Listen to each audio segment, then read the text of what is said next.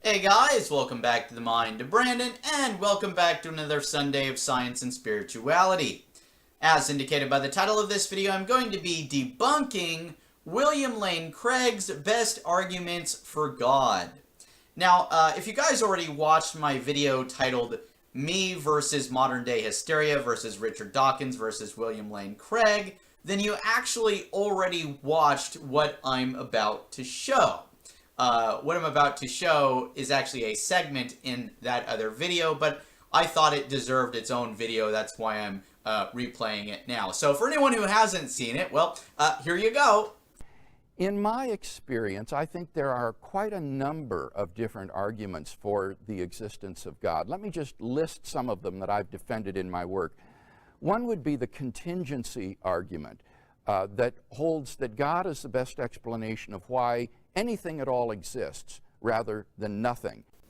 We don't need to explain why there's something instead of nothing. That's ridiculous. Nothing is an irrational concept. If by nothing we're referring to literally the complete absence of anything at all, including any abstract concept of something with the potential for change. If there was an absence of any potential for change, then there wouldn't have been any change, and thus we don't exist. Yet, here we are, existing. So there's always been something, or at least some kind of stuff. And no, that does not imply that there had to have been a God. There could have been other stuff in existence. Why does it gotta be God? It doesn't have to be God. Okay, in fact, the evidence available to us suggests that what has always existed is energy. Energy, as far as we know, cannot be created, nor can it be destroyed. It can only change. Okay? If it cannot be created, yet it exists, that would seem to imply it's always existed. Okay? And energy is everywhere. It's in everything. It's even in the vacuum of space, producing quantum fluctuations, elementary particles like quarks, which make up subatomic particles like protons and neutrons, which make up atoms, which make up molecules, which make up the compounds of matter. Okay, so we don't need God. There's no evidence for that. We've got energy. We know energy exists. A second would be the Kalam cosmological argument, which argues that God is the best explanation for the origin of the universe at some time in the finite past. God brought the universe into being from nothing.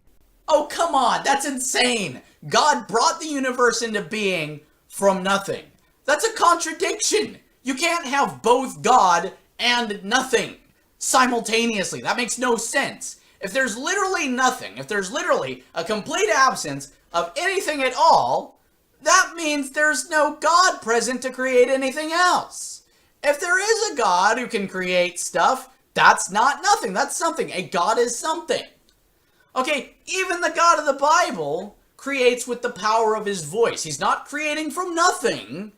He says, let there be light, and then there's light. Let there be a firmament, and then there's a firmament. He speaks things into existence with the power of his voice. And how the hell is God did it supposed to be a better explanation than the Big Bang? We don't have any evidence for God. We do have evidence for an expanding universe. A third argument would be the design argument, which holds that God is the best explanation for the remarkable fine-tuning of the initial conditions of the universe for intelligent life. Oh wow, what a great point. Why did that never occur to me? Obviously, there's gotta be a God if the initial conditions for the universe are so fine-tuned for intelligent life. I mean, it was right there in front of me the whole time. How these initial conditions have really fine-tuned the universe for intelligent life. I mean, just look at all the intelligent life that's crawling all over the moon. Just look at all the intelligent life that's crawling all over Mars. Just look at all the intelligent life all over Phobos and Deimos. What about all the intelligent life we see on Venus and Mercury and in the asteroid belt? What about all the intelligent life that we see on Jupiter and Saturn, Uranus and Neptune and all their moons?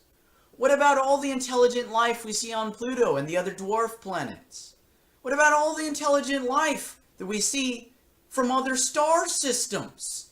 Oh, that's right. It turns out we haven't seen intelligent life anywhere other than here on planet Earth, if you can even consider any of the life here on Earth all that intelligent. Now, I'm not saying that there's no other intelligent life out there. I wouldn't be surprised if there is. But the fact that it's so hard to come by does kind of demonstrate that the universe can't possibly be finely tuned for it. What the hell are you trying to pull, Bill Craig? Another argument would be the moral argument, that God is the best explanation for the existence of objective moral values and duties in the world. Objective moral values and duties. Are you guys noticing a pattern here where he makes a case for God based on a false presupposition? There's no such thing as objective morals, dude. Morals are always consistently, 100% of the time, arbitrary and subjective. I would also think that the ontological argument for God's existence is a sound argument, which argues that the very possibility of God's existence implies his actuality, and that therefore, if God is even possible, it follows that God exists. That is the stupidest argument I have ever heard. And once again, we have a false presupposition. This idea that God is possible. That's an arbitrary personal opinion. Okay, if someone's of the attitude that it's possible God might exist, that's just an opinion. Let's say that objectively God doesn't exist, okay? If objectively there is no God, then it doesn't matter if someone's of the opinion that God might exist. And finally, as I said, I think we can know that God exists through personally experiencing him as a kind of properly basic belief, in the same way that I know that the external world exists or that the past is real. I can know that God exists in that same sort of immediate, non-inferential way. Oh yeah, because I experience God all the time. What the hell, dude? These are some really bad arguments. Terrible. Absolute garbage. And yet, as far as Bill Craig is concerned, these are some of the best arguments for God. What? What? Oh my god. Alright guys, that's it for this video. I hope you all enjoyed it. If you did, please give it a thumbs up and share it with other people. If you're interested in watching my future videos, please subscribe to this channel if you haven't already. If you want to help me out in other ways, I do have a Patreon linked down in the description box below, so you can go there and donate, if you want. But yeah, I hope to see you all in the next one, so have a good one, guys, and peace.